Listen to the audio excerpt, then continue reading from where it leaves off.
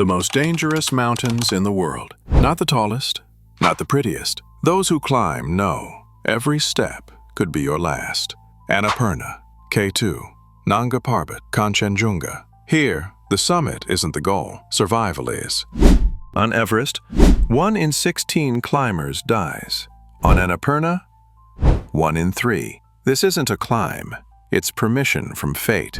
Annapurna, 26,545 feet tall, the 10th highest mountain on Earth. But by death rate, it's the most dangerous of them all. At one point, 34% of climbers never came back. The first ascent was in 1950, led by French climber Maurice Herzog. He reached the summit, but lost all his fingers and toes to frostbite. Annapurna took his body, but left his name in history. Everything here wants you dead. Avalanches strike without warning. Storms appear out of nowhere, and the south face is known as one of the most lethal walls on the planet. No one conquers Annapurna. If she lets you walk away, that's victory.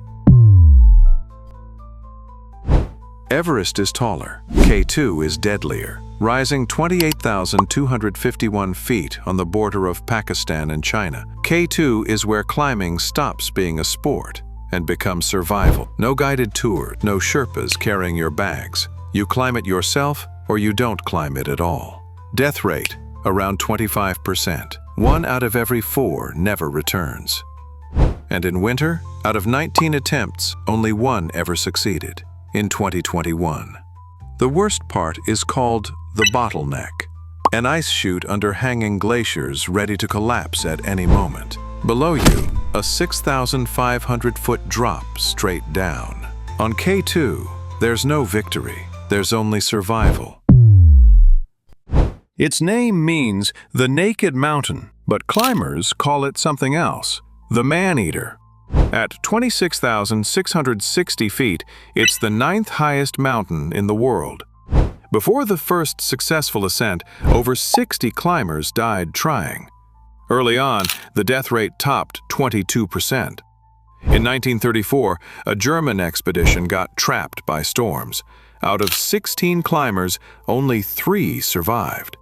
In 2013, armed militants attacked the base camp and murdered 10 climbers in their tents. Even here, where oxygen is scarce, death always finds a way.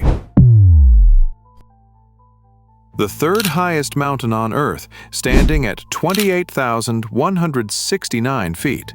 For decades, no one dared to climb it. Locals believed gods lived at the summit, and asked climbers never to set foot on the very top. The first ascent was in 1955 by a British team.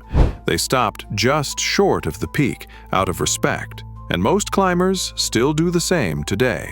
Kangchenjunga is unpredictable. Storms form instantly.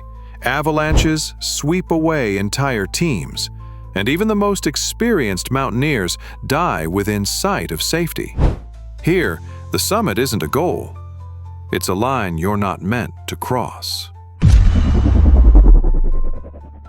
It looks perfect. 14,692 feet. Small compared to the giants, but the Matterhorn is where the legend of mountaineering began, and where it cursed itself. In 1865, 7 men reached the summit for the first time. On the way down, 4 fell to their deaths, right before their teammates' eyes. Since then, the Matterhorn became a symbol of triumph and tragedy. Every year it kills more climbers than any other mountain in Europe. From afar, it looks like the logo on a chocolate bar. Up close, it's a warning. The Matterhorn isn't a symbol, it's a reminder. The highest point on Earth, 29,032 feet. Once, only the best climbers dared to try. Now, anyone with enough money can. There are traffic jams at the summit, mountains of trash, and bodies frozen in place. More than 300 people have died here, and most remain on the mountain forever. Everest stopped being a test of strength. It became an industry. People don't climb Everest for the summit. They climb it for the photo. 15,774 feet, between France and Italy.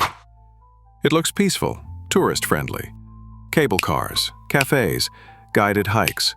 But Mont Blanc is a trap for the overconfident.